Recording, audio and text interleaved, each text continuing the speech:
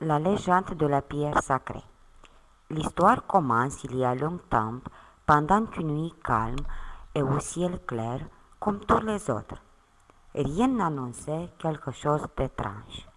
Mais un morceau cassé d'une étoile très lointaine est tombé sur la terre. Les vieux qui connaissaient l'histoire disaient qu'une lumière puissante, semblable à un éclair, a été observée au moment de l'impact. On disait que le morceau d'étoile provenait d'une terre de contes de fées aux montagnes couvertes de belles forêts et traversées par des rivières riches. Là, c'était la maison des chasseurs les plus habiles. Il y avait là un homme qui n'avait pas peur et qui se sentait attiré par la pierre inhabituelle. Il la regardait et l'a amenée dans la grotte où il vivait avec sa famille. Il espérait que l'étoile tombée du ciel allait l'aider à vivre une vie plus facile. Quand les gens ont allumé le feu à l'aide de la pierre, ils ont observé la lumière intense de la flamme et la chaleur dégagée. Personne ne soupçonnait que la pierre avait des puissances. Souvent, le maître de la pierre la regarda et se demanda si elle avait d'autres pouvoirs inconnus magiques. Comme il était vieux, il est mort un jour. Dès ce moment-là, l'étoile semblait devenir inutile.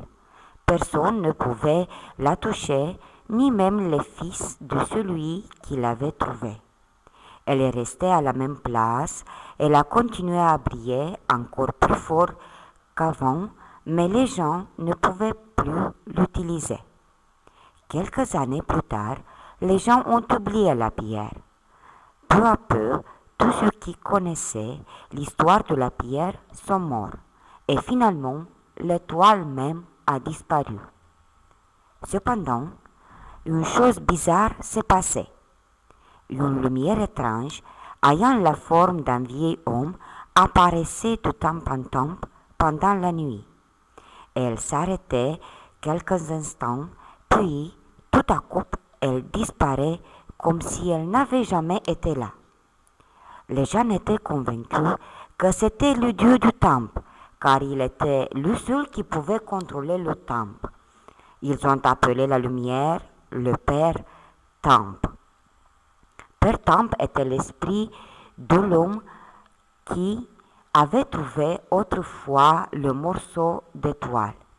Il était l'esprit de la pierre, comme les Gétodas l'avaient nommé plus tard, et qui protégeait les terres merveilleuses, nos terres d'aujourd'hui. Père Temple estimait que de mauvaises choses allaient se passer dans ce pays.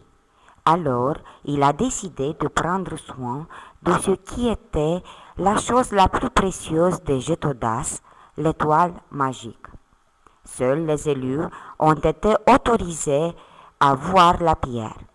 L'esprit savait qu'il y aurait un moment où les ennemis de ce peuple deviendraient assez forts pour se rapprocher de la pierre.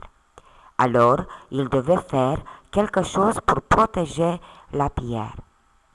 Il a caché le rocher dans une montagne.